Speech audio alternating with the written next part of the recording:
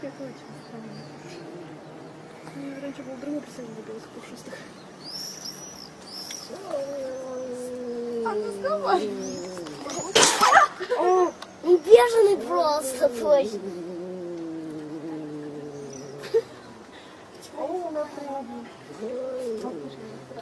Я тоже.